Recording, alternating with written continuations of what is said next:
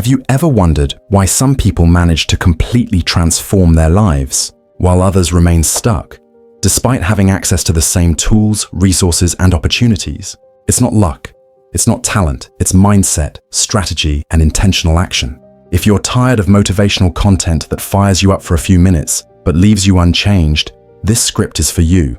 We're going beyond cliches and diving into solid principles that can unlock your true potential. Whether you're an entrepreneur seeking high performance, a content creator aiming to scale your impact, or someone simply ready to break free from stagnation and take control of your journey, you're in the right place.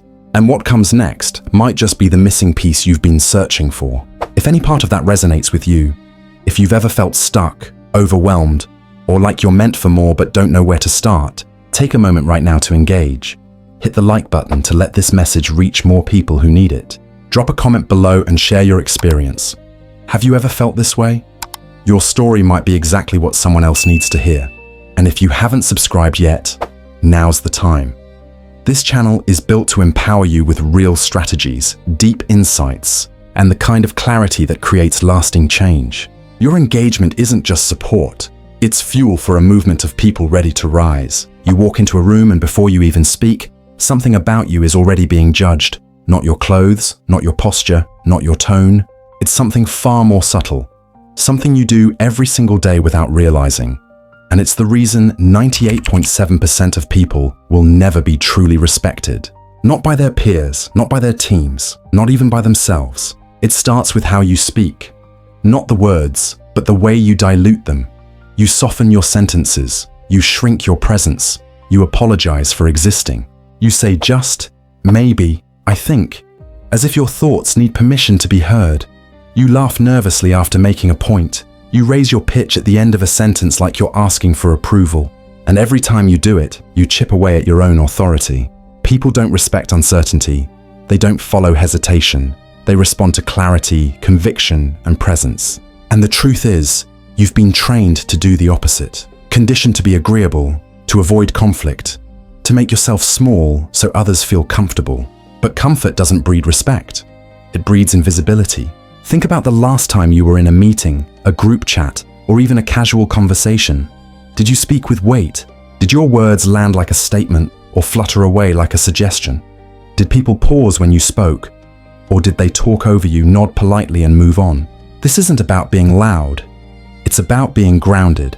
It's about speaking from a place that says, I know who I am, and I'm not asking for permission to exist. That energy is magnetic. It's the difference between someone who commands a room and someone who disappears in it. And here's the brutal truth. Most people will never be respected because they never learn to own their voice. They mimic, they perform, they try to fit in. But respect isn't given to replicas. It's reserved for originals, for people who speak with intention, who move with purpose, who show up without apology. You've been taught that humility means shrinking, that confidence is arrogance, that being direct is rude. But those are lies designed to keep you quiet. Real humility is knowing your worth and not needing to prove it. Real confidence is calm, not loud. And being direct, that's clarity, that's leadership. Every day, you have a choice. You can speak like you're afraid of being wrong, or you can speak like you believe in what you say. You can enter a room hoping not to offend, or you can enter knowing your presence matters. You can keep doing what 98.7% of people do, or you can choose to be the exception. You've seen it before, that one person who walks in and doesn't need to say much, but when they do, everyone listens. It's not charisma, it's not charm, it's presence. And presence is built, not born. It's the result of hundreds of small decisions. How you speak, how you stand, how you breathe when the pressure rises. Presence begins in silence. It's how you hold yourself when no one's watching. It's the way you sit in discomfort without rushing to fill the space. It's the pause before you speak, the stillness before you act. People feel that. They don't know why, but they do. And they respect it. But most people rush. They fill every gap with noise. They talk too fast, too much, too nervously. They fear silence because silence feels like exposure, like vulnerability. But silence is power. It's the space where your words gain weight, where your thoughts take shape, where your presence is felt before it's heard. You've been taught to perform, to smile when you're uncomfortable, to nod when you disagree. to laugh when you're dismissed. And every time you do, you reinforce the idea that your voice doesn't matter, that your boundaries are flexible, that your presence is negotiable. But it's not. Your presence is your signature. It's the invisible force that tells people how to treat you. And if you don't define it, they will. They'll project their expectations, their assumptions, their limitations onto you, and you'll shrink to fit them until you forget who you were before you started bending. Respect isn't about being liked. It's about being known, seen, heard. It's about standing in your truth, especially when it's uncomfortable, because that's when people decide whether you're worth listening to, whether you're someone they follow or someone they forget. And here's the thing, you don't earn respect by demanding it. You earn it by embodying it, by showing up with clarity, by speaking with intention, by holding your ground when it would be easier to fold. That's what makes people lean in. That's what makes them remember you. So ask yourself, how do you show up? Not just in big moments, but in the small ones. In the way you answer a question, in the way you react to criticism, in the way you carry yourself when no one's validating you. Because that's where respect is built, or lost. You don't need to be perfect, you don't need to have all the answers, but you do need to stop apologizing for existing. Every time you say sorry for speaking, for asking, for taking up space, you're telling the world you don't believe you deserve to be here, and the world listens. Respect begins with self-respect, and self-respect begins with boundaries, with saying no when it's easier to say yes, with walking away when you're being minimized, with choosing discomfort over dishonesty, because every time you betray yourself to keep the peace, you lose a piece of your power. You've been told that being agreeable makes you likable, that being flexible makes you easy to work with, that being quiet makes you wise, but none of those things make you respected. They make you convenient, and convenience is not the same as value. People respect what they can't manipulate, what they can't predict, what they can't control. They respect people who have edges, who have standards, who have a spine. And if you've spent your life sanding down your edges to fit in, it's time to sharpen them again. You don't need to be aggressive, you don't need to dominate, but you do need to be clear. Clear about what you stand for, clear about what you won't tolerate, clear about who you are when no one's watching.